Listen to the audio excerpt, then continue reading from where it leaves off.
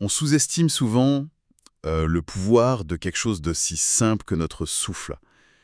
Je me demande comment est-ce que juste respirer différemment, ça peut vraiment changer notre voix, notre présence, enfin l'impact qu'on a. Surtout pour ceux qui parlent en public ou qui enseignent. Aujourd'hui, justement, on va explorer un peu ça, les liens entre la respiration, la voix, et puis le charisme, quoi. On va s'appuyer sur des extraits de l'art de la communication orale en classe. L'idée, c'est de comprendre un peu le mécanisme, les avantages de la respiration diaphragmatique, et on verra aussi une petite routine toute simple.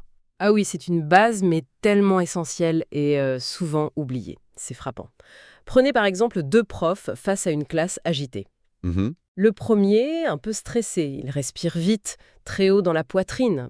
Sa voix devient aiguë, elle porte mal, il s'essouffle et il perd un peu son autorité, quoi.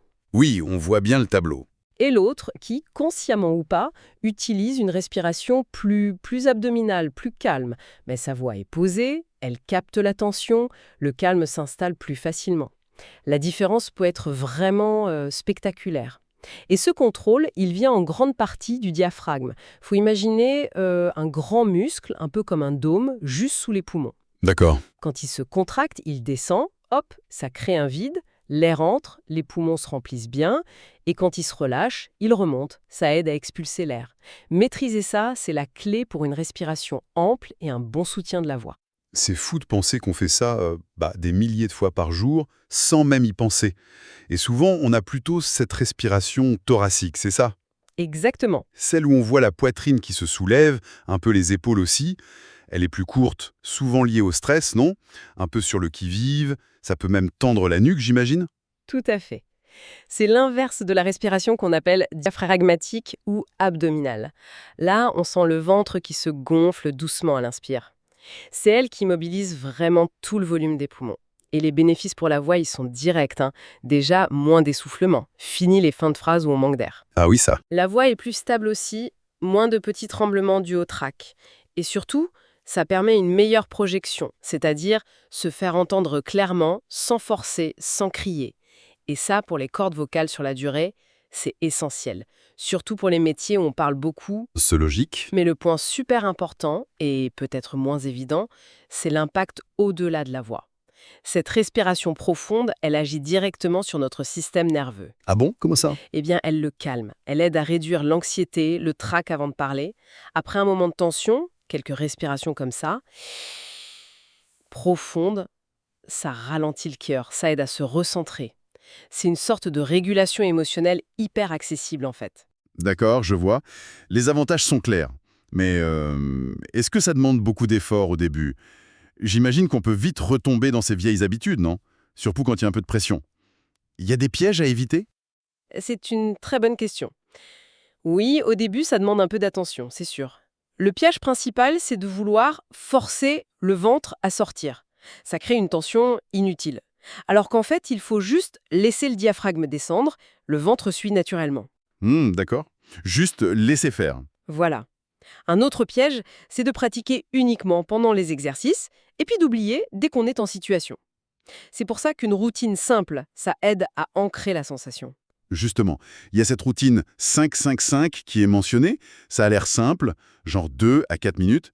Parfait pour s'ancrer avant de parler. C'est ça? Alors, la position. Debout, pieds et largeur du bassin, genoux souples, épaules basses.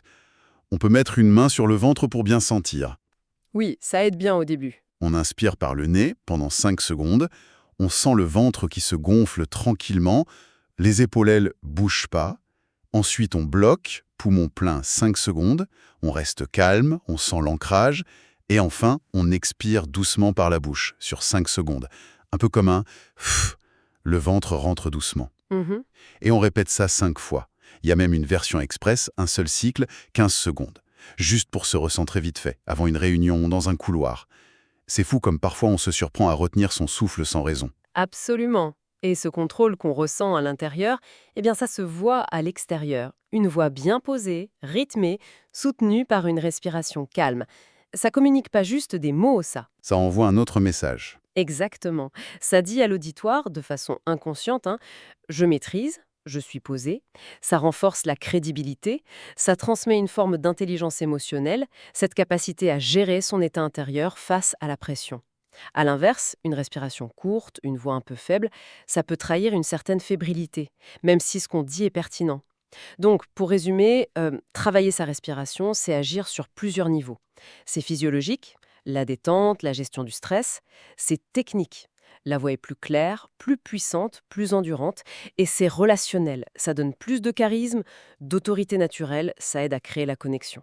La phrase à retenir peut-être, c'est que parler, c'est pas juste faire du son. C'est aussi respirer pour mieux se connecter, à soi et aux autres. C'est une belle perspective, ça. Finalement, se maîtriser son souffle, ça devient un outil super accessible pour avoir plus d'impact, être plus à l'aise dans plein de situations de communication, bien au-delà des discours formels, en fait. Tout à fait. Et ça ouvre une réflexion un peu plus large, non? Si respirer consciemment peut transformer une prise de parole, qu'est-ce que ça pourrait changer dans nos interactions de tous les jours?